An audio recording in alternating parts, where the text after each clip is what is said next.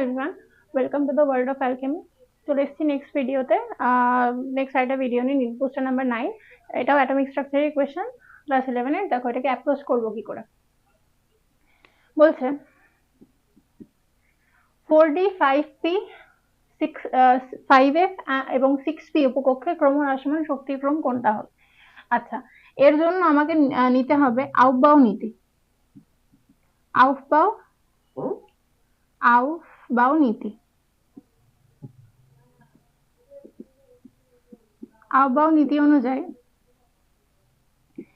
n plus l এর মান যে উপকক্ষের কম হবে তার শক্তি কম এবং ইলেকট্রন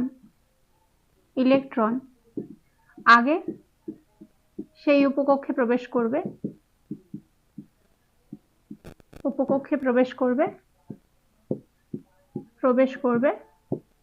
এবং ক্রমানুসারে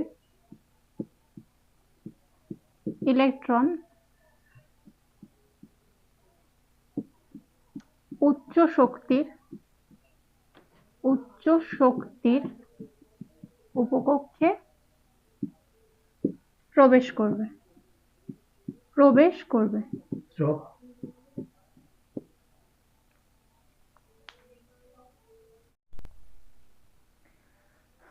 তো আউফবাউ নীতি কি বলে, n প্লাস l এর মান যে উপকক্ষের কম হবে তার শক্তি কম হবে এবং ইলেকট্রন সেই উপকক্ষে আগে প্রবেশ করে এবং ক্রমানুসারে ইলেকট্রন উচ্চ শক্তির উপকক্ষে প্রবেশ করবে। তার মানে প্রত্যেকটা অরবিটাল, যেটা আমার মেনশন আছে 4d 5p 5f 6p, প্রত্যেকে n প্লাস l বের করে আমাদের দেখতে হবে যে কার মান বেশি হবে কার মান কম হবে। যার মান কম হবে সেখানে ইলেকট্রন আগে প্রবেশ করবে, তার শক্তি কম হবে। এরকম ভাবে শক্তির ক্রম আমরা ডিসাইড করব। ঠিক আছে, তো দেখো প্রত্যেকটা অরবিটালে n প্লাস l বার করা যাক। প্রত্যেকটা অরবিটালে n প্লাস l এর ভ্যালু বার করা যাক।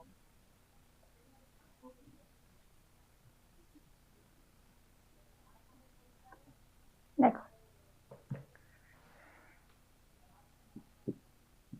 n প্লাস l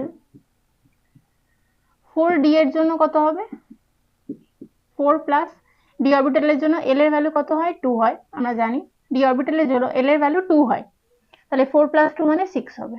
বেশ, 5p অরবিটালের জন্য কি হবে, 5, আর p অরবিটালের জন্য l এর ভ্যালু কত হয়, 1, তাহলে 5 প্লাস 1 6 হবে।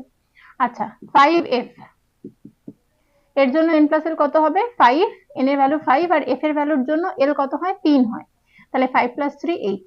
আচ্ছা, নেক্সট 6p, n এর ভ্যালু কত হবে, 6, আর p এর ভ্যালু কত হবে, 1, p এর ভ্যালু l মানে p অরবিটালের জন্য l এর ভ্যালু কত হয়, 1 হয়, তাহলে 6 প্লাস 1 7।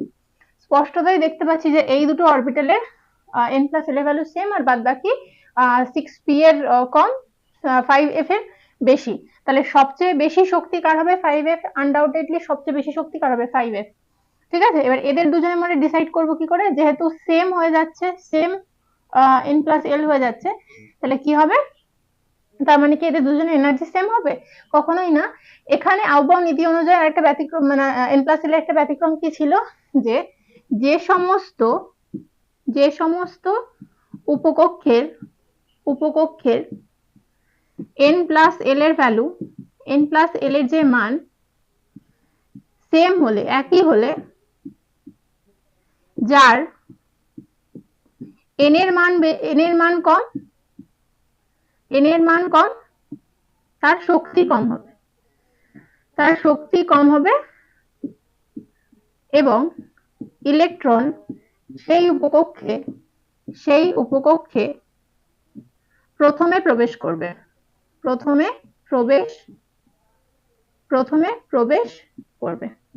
তার মানে যদি এমন হয় যে দুটো অরবিটালের জন্য, দুটো উপকক্ষের জন্য n প্লাস l এর ভ্যালু একই হয়ে যাচ্ছে, তাহলে সেক্ষেত্রে কি হবে, যার n এর মান কম হবে তার শক্তি কম হবে এবং ইলেকট্রন সেই উপকক্ষে আগে প্রবেশ করবে। তার মানে এদের মধ্যে দেখো 4d আর 5p এর মধ্যে n এর মান সবচেয়ে কম কার, 4 এর। এই যে প্রথম সংখ্যাটা n হয়, তাহলে 4 এর মানটা কম হবে, তার মানে এর শক্তি সর্বনিম্ন হবে।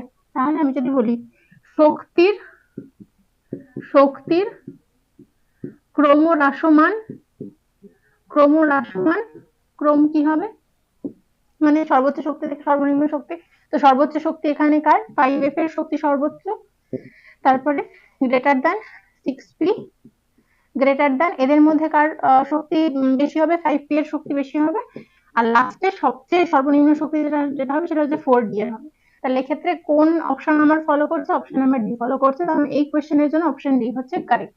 ঠিক আছে, নেক্সট ভিডিওতে এমনই কোনো অ্যাটমিক স্ট্রাকচারের কোয়েশ্চেন নিয়ে, নিট বুস্টারের নেক্সট ভিডিওতে এমনই কোনো অ্যাটমিক স্ট্রাকচারের কোয়েশ্চেন নিয়ে আমরা ডিসকাস করব, যে আর এরকম ধরনের কোয়েশ্চেন আসলে কিভাবে অ্যাপ্রোচ করতে হয়। আশা করি প্রবলেমটা সলভ হয়েছে, ব্যাপারটা বুঝতেও পেরেছো তোমরা। ঠিক আছে, এরকম ধরনের কোয়েশ্চেন তোমরা বাড়িতে প্র্যাকটিস করো, যদি কোনো অসুবিধা হয় কমেন্ট সেকশনে জানিও।